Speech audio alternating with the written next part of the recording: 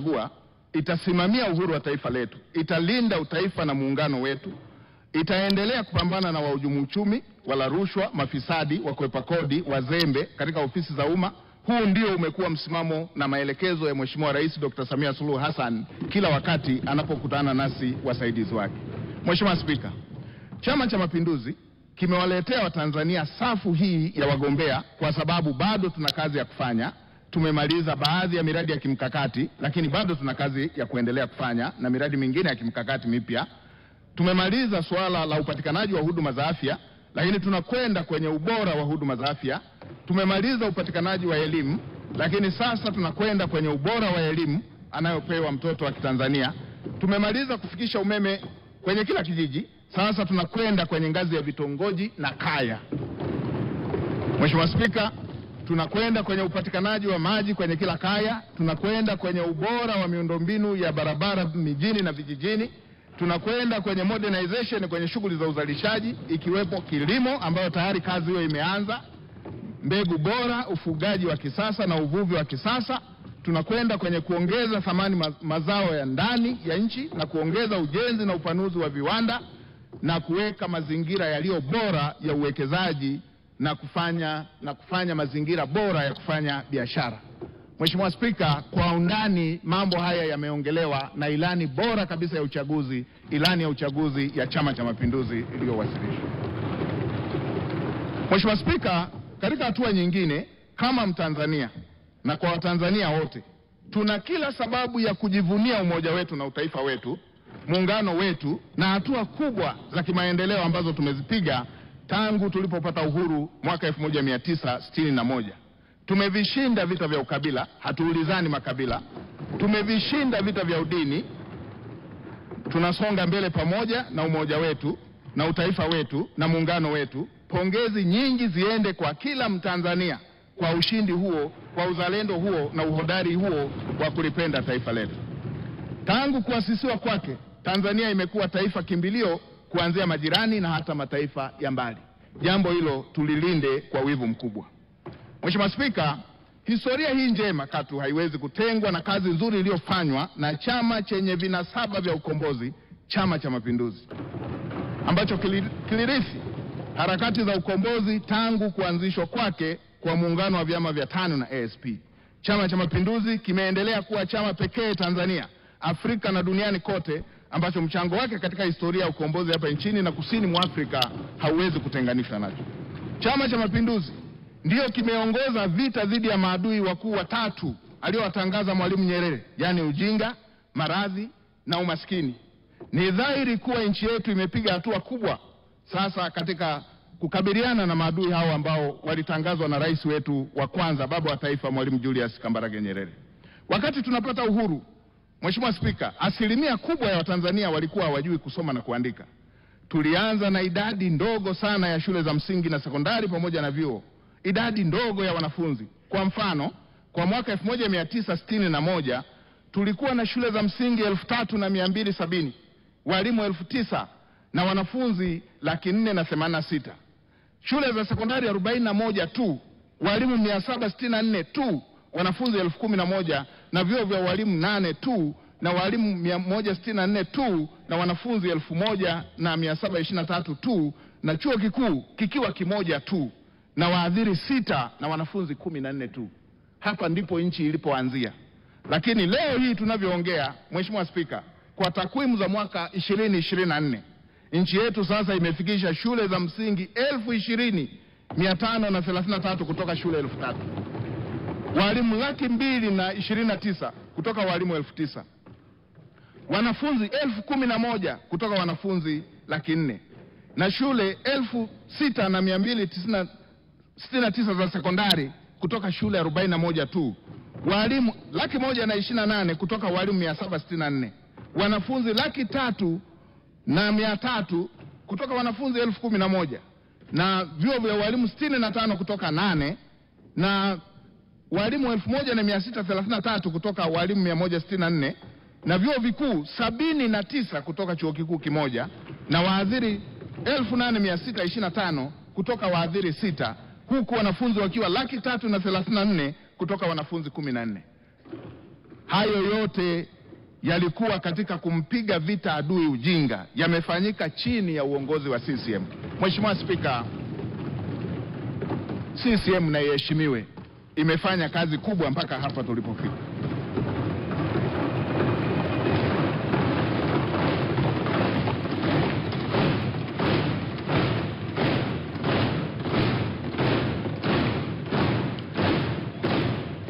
Mheshimiwa Spika, kwa upande wa kumpiga vita adui maradhi, hatua kubwa imefikiwa katika nyanja zote, ikiwemo ujenzi wa miundombinu ya afya, wataalamu wa afya wa ngazi zote, upatikanaji wa vifaa tiba na vitendanishi. Wakati tunapata uhuru tulikuwa na madaktari 5 tu, ambapo kwa sasa ukiongelea madaktari bingwa peke yake tunao 2469 na zaidi. Wakati tunapata uhuru, huduma za afya kwa nchi nzima zilikuwa duni sana.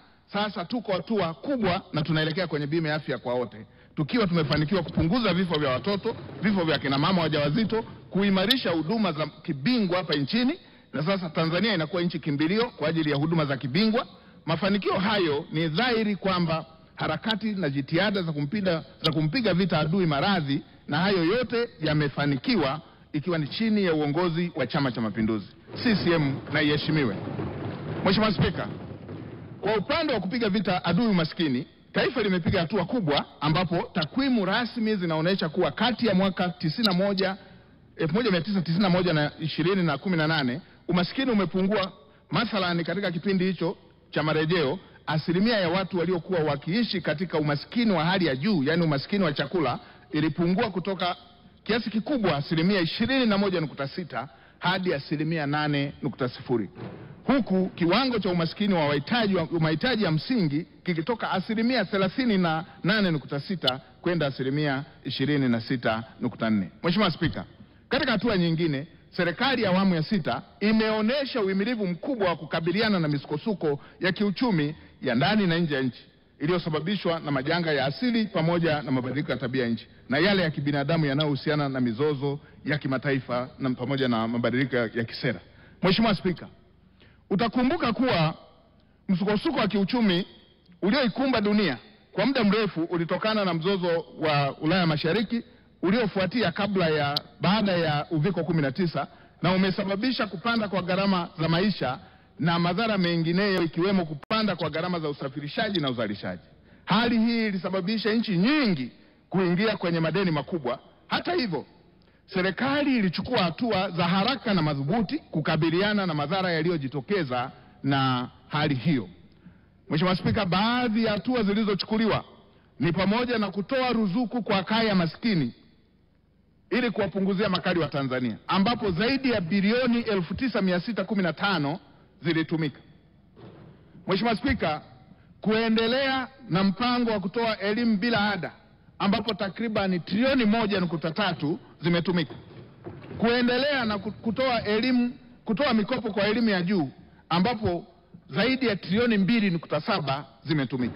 Kadhalika, kulipa nusu ya bei ya mbolea ambayo mkulima anatumia. Mkulima wa Tanzania amelipiwa nusu ya bei ya mbolea ili aweze kumudu manunuzi ya mbolea, ambapo zaidi ya bilioni 708 zilitumika.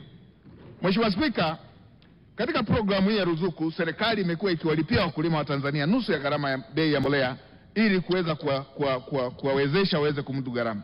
Na si hilo tu, Mheshimiwa Spika, katika hatua nyingine, serikali ilitoa shilingi bilioni 100 kila mwezi katika kipindi ambacho dunia ilikuwa imekumbwa na uhaba wa mafuta, nishati ya mafuta, yani petroli, dizeli na mafuta ya taa. Na hii iliwezesha nishati hizo muhimu kuwa na bei inayohimilika kwa kila Mtanzania na kuwezesha upatikanaji wake wa kila wakati. Mheshimiwa Spika, nchi zingine hadi sasa hawajarejea katika hali ya kawaida ya kuweza kupata mafuta.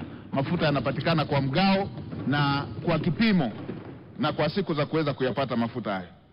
Hali hii imelifanya taifa la Tanzania kuwa na uimara katika mfumuko wa bei, ukuaji wa uchumi, viashiria vingine vya uchumi jumla. Na aidha, serikali ilichukua hatua hizi kupunguza ama kufuta kodi katika baadhi ya bidhaa muhimu kama vile mafuta ya kula ili kumfanya Mtanzania kumudu gharama za maisha. Sio kila nchi, Mheshimiwa Spika, ilifanya jambo hili. na hii inaonyesha ni kiasi gani serikali ya CCM inayoongozwa na Dr. Samia Suluhu Hassan inawajali wananchi wake. Mheshimiwa Spika, maeneo mengine ambayo yalijitokeza na kuleta taharuki katika mataifa mengi ni pamoja na kuadimika kwa fedha za kigeni katika nchi nyingi za Afrika. Serikali kupitia Benki Kuu ya Tanzania imetekeleza vyema sera ya fedha hivyo na kuimarisha viwango vya kubadilishania fedha na upatikanaji wa fedha za kigeni. Hivi karibuni tumeshuhudia mabadiliko ya sera za nje, hususan katika baadhi ya mataifa makubwa ikiwemo nchi mbalimbali na wabia wengine wanaoshirikiana na Tanzania kwenye maendeleo. Sera hizo zinajumuisha kufuta ama kupunguza misaada kupitia taasisi ama mashirika ya kimataifa ya nchi hizo ambazo kwa sehemu ilikuwa ikitekeleza kwa kushirikiana na sekta binafsi na sehemu na serikali hapa nchini. Kufuatia hali hiyo, serikali imefanya tathmini ya kina na kubaini sekta ambazo zimeathirika na imeanza kuchukua hatua. Maeneo ambayo yaliguswa ikiwemo sekta ya afya, ambapo mengine ni maeneo ambayo yanahusisha sekta za huduma za jamii. Serikali hadi sasa imetoa zaidi ya shilingi bilioni 82 kuweza kuziba pengo hilo na uhitaji wa fedha ambazo zilikuwa zinahitajika. Mheshimiwa Spika, katika muda wa kati serikali itatenga bajeti itakayolenga kuziba pengo la fedha zilizokuwa zinatarajiwa kutoka katika wahisani hao. Na katika hatua ya muda mrefu, serikali imepanga kuwekeza kwenye viwanda vinavyozalisha bidhaa hizo ambazo zilikuwa zinapatikana kutoka nje ya nchi, na serikali imeandaa mkakati utakaoongeza uzalishaji wa bidhaa ndani ya nchi na kupunguza uagizaji wa bidhaa kutoka nje, yani import substitution, pamoja na mkakati wa kuongeza mauzo ya nje ili kuongeza upatikanaji wa fedha za kigeni na kuimarisha thamani ya shilingi yetu. Mheshimiwa Spika, tunao uwezo wa kushirikiana na sekta binafsi tukazalisha dawa za malaria, kifua kikuu, magonjwa mengineyo ndani ya nchi, na jambo hili litafanyika. Naomba niwahakikishie Watanzania kuwa hakuna maisha ya Mtanzania yatapotea kwa kuwa tu kumepungua fedha za misaada ama fedha kutoka kwa wahisani ambao tulikuwa tunashirikiana nao. Hizi ni baadhi tu ya hatua ambazo zimeonyeshwa na serikali na zimechukuliwa na serikali inayoongozwa na Dr. Samia Suluhu Hassan katika kukabiliana na hatua zinazojitokeza katika masuala ya kiuchumi. Nitoe rai kwa Watanzania wote. Kwa Watanzania wote tunaoipenda nchi yetu, tusiruhusu misingi na nguzo za taifa letu zitikiswe, wala tusiingie kwenye mtego wa adui.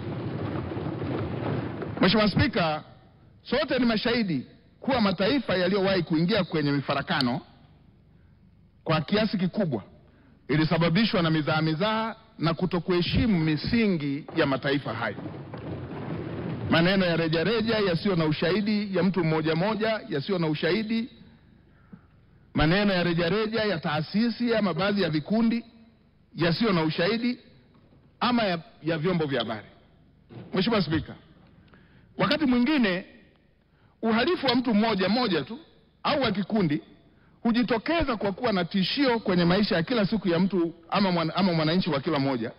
Ikumbukwe kuwa katika kipindi cha serikali ya awamu ya 3 viliwahi kujitokeza vitu vya aina hiyo.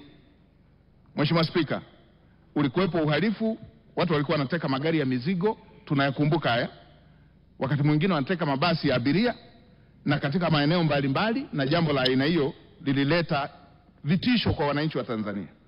Hata hivyo, Mheshimiwa Spika, vyombo vyetu vya ulinzi na usalama vilisimama imara na kukomesha uhalifu huu. Vilikomesha.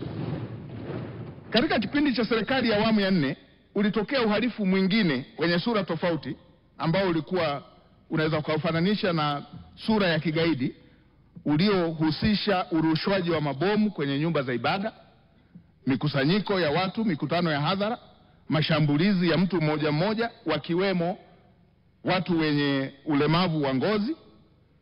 Watanzania tumeyasahau haya? Yalitokea kwenye nchi yetu na yalileta utisho mkubwa: mikusanyiko, makanisa, misikiti, kurushiwa mabomu, mikutano.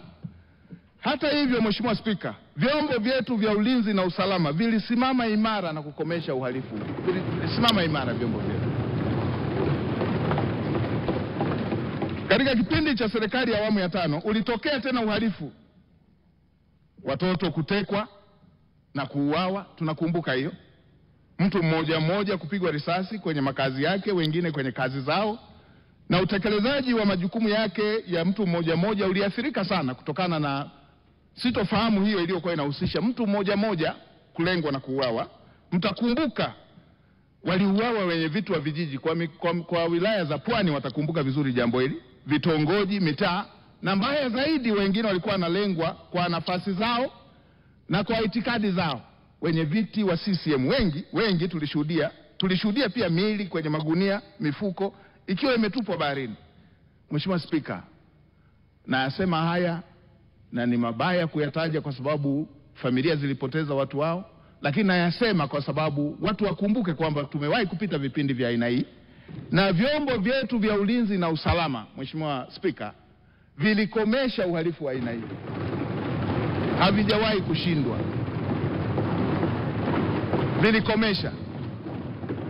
Vilikomesha uhalifu wa aina hii wa vikundi na wa mtu mmoja mmoja, na makao yao walipokuwa wameyaweka ndani ya nchi walikimbia, na wengine walikutana na mkono wa sheria. Vyombo vyetu havijawahi kushindwa. Mheshimiwa Spika, hata sasa vimeanza kujitokeza viashiria vya uhalifu kama huo ambavyo kimsingi havipaswi kupiganwa kwa kupeleka vikosi wala kupiga kampeni wala kusema tunapigana vipi, kwa sababu hii ni tofauti na vita ya vikosi kwa vikosi. Mheshimiwa Spika, tukiendelea kunyosheana vidole na kunyoshea vidole vyombo vyetu vya ulinzi na usalama, tutaacha adui aendelee na uhalifu huku sisi tukiendelea kushughulikiana sisi kwa sisi. Hili si jambo lenye afya kwa taifa letu. Isichukuliwe kuwa serikali imezuia watu kusema, wala isichukuliwe kuwa serikali haichukui hatua dhidi ya uhalifu. Ninachokisema Mheshimiwa Spika ni kwamba vita vya aina hii, nimetaja miaka yote na maeneo yote na muda wote ambao vilikuwa inatokea, vilipiganwa kwa intelijensia. Hivyo ni wasii wa Tanzania wenzangu, tuviache vyombo vyetu vya ulinzi na usalama vifanye kazi yao.